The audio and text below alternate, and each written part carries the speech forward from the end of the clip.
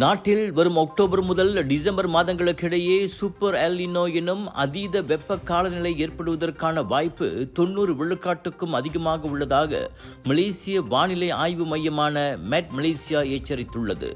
இது வழக்கத்தை விட அதிக வெப்பத்தையும் தீவிர வறட்சியையும் ஏற்படுத்தும் என கணிக்கப்பட்டுள்ளது.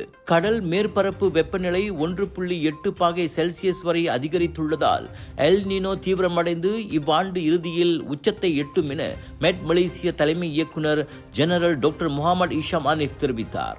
இந்த நிகழ்வு 1997 மற்றும் 2015 ஆண்டுகளில் பதிவான தீவிர வெப்ப அலைகளுக்கு இணையான அல்லது அதைவிட அதிகமான தாக்கத்தை ஏற்படுத்தக்கூடும்.